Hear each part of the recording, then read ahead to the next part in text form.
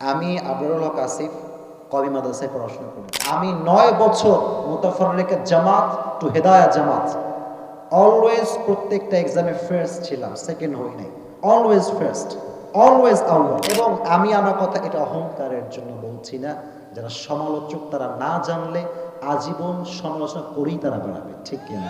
যখন মিজান জামাতে পড়তাম, মিজান আমি তাকরা পড়াতাম। যখন নাহওয়ে মিরে পড়তাম, নাহওয়ে মির আমি তাকরা পড়াতাম। প্রত্যেকটা কিতাব হেদায়াতুন নাহু টু একদম হেদায়া, প্রত্যেকটা মেইন কিতাব আমি তাকরা পড়াতাম। এবং আমাদের কওমি অঙ্গনে বোর্ড পরীক্ষা হয়, বোর্ড কিন্তু সব ছাত্র পায় না। আমি আল্লাহর রহমতে আমাদের যে বোর্ড ছিল, পুরো বোর্ডে 10 জনকে পরীক্ষায় মেধালিকায় রাখা হতো।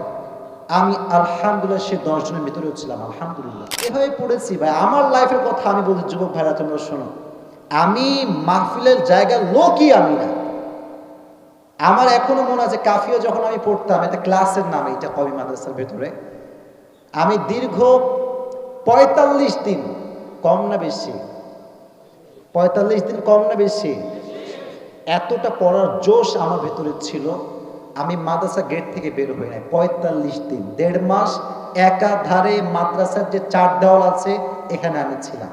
রবকে সাক্ষী রেখে বলছি, 9 বছর পরে যখন আমি ভাবলাম কিরে জীবনে এত ফার্স্ট, এত মেধা তালিকায় 1 নাম্বার, আমি কি আসলে কথা বলতে পারি? একটা জুমার মেম্বারে খুতবা দিলাম একদিন, যখন কথা বলতে শুরু করলাম তখন মনে হলো যে হায় হায়, কার পেছনে ছুটলাম, কিসের আউয়াল, কিসের ফার্স্ট?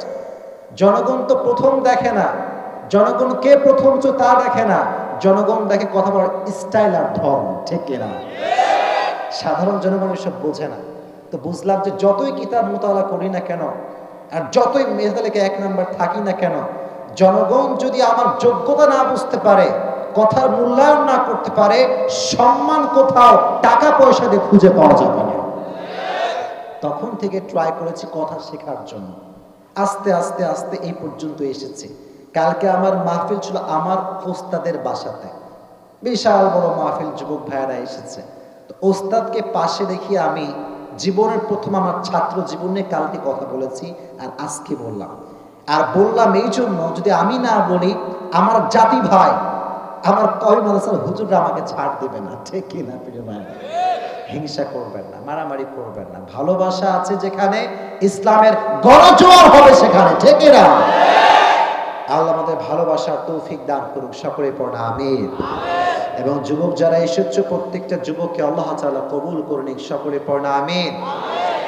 যুবক, আজকে যে পরিমাণ যুবক দেখতে পাচ্ছি, 90 ভাগেরও যুবক আজকে মাহফিলে উপস্থিত হয়েছে, ঠিক না? ডান থেকে বাম থেকে সব যুবক আর যুবক। এদেরকে দেখলে আমার কলিজা ঠান্ডা হয়ে যায়, কারণ এরা ভালোবাসে আমাকে, আমি ভালোবাসি যুবকদেরকে। আর সিঙ্গেল কারা কারা আছে দেখি একটু হাত তোলো। কে? তোরা সবাই সিঙ্গেল পার্টি?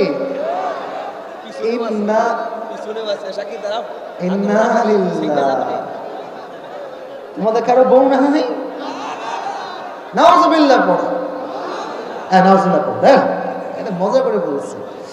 আল্লাহ সবাইকে একটা সুন্দরী দিনদার নেককার বউ দিয়ে দিক, পড়া আমিন।